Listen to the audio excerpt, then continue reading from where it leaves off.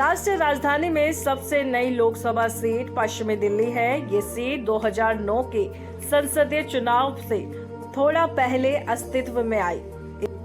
इस सीट पर अब तक 3 लोकसभा चुनाव हो चुके हैं। अब चौथा चुनाव होने में कुछ ही दिन बचे हैं। इस सीट की सबसे खास बात यह है कि तीनों चुनावों में इस सीट पर जीतने वाली पार्टी ने केंद्र में सरकार बनाई है। लोकसभा चुनाव 2024 में मुकाबला बीजेपी के कमलजीत सहरावत और आप नेता महाबल मिश्रा के बीच है, जिन्हें कांग्रेस का भी समर्थन प्राप्त है। जहां 2014 में आम आदमी पार्टी दूसरे नंबर पर थी, वहीं 2019 में कांग्रेस दूसरे नंबर पर थी। इस सीट पर बीजेपी ने 2 बार कब्जा जमाया है। 2019 का जनादेश सभा चुनाव में इस सीट से बीजेपी के प्रवेश साहिब सिंह वर्मा ने जीत दर्ज की।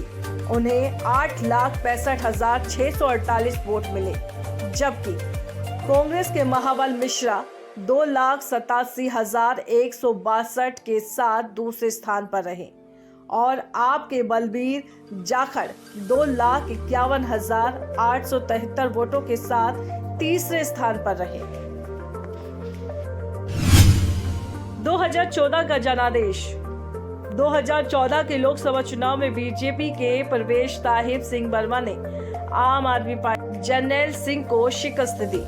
इस चुनाव में प्रवेश साहिब सिंह वर्मा को 6,51,395 वोट मिले।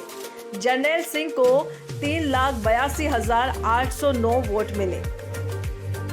इस तरह जर्नैल सिंह 2,68,586 वोटों से ये चुनाव हार गए। वहीं कांग्रेस के महाबल मिश्रा 1,93,266 वोटों के साथ तीसरे पायदान पर रहे। 2009 का जनादेश साल 2009 के लोकसभा चुनाव में बीजेपी के प्रोफेसर जगदीश मुखी और कांग्रेस के महाबल मिश्रा के बीच मुकाबला था, जिसमें प्रोफेसर जगदीश मुखी को 3,02,971 और महाबल मिश्रा को 4,89,899 वोट मिले। इस तरह महाबल मिश्रा जगदीश मुखी को 1,76,928 वोटों से शिकस्त देने में कामयाब रहे थे। दिल्ली के क्या कहते हैं जातीय समीकरण। पश्चिमी दिल्ली की लोकसभा सीट के अंतर्गत मादीपुर, रजौरी गार्डन, हरिनगर, तिलक नगर, जनकपुरी, विकासपुरी, उत्तम नगर, द्वारका, मटियाला और नजफगढ़ विधानसभा क्षेत्र आते हैं। पश्चिमी दिल्ली के रजौरी गार्डन, तिलक नगर और जनकपुरी में पंजाबी वोटर्स की संख्या काफी अच्छी है। वहीं मटियाला, विकासपुरी, उत्तम नगर और नजफगढ़ का क्षेत्र गांव बाहुल्य है। मादीपुर और हरिनगर में आबादी लगभग मिली जुली है। यहां पर उम्मीदवार पूर्वांचल और पंजाबी वोटर्स को लुभाने की कोशिश करते हैं। पश्चिमी दिल्ली की साक्षरता दर 87.99% के आसपास है।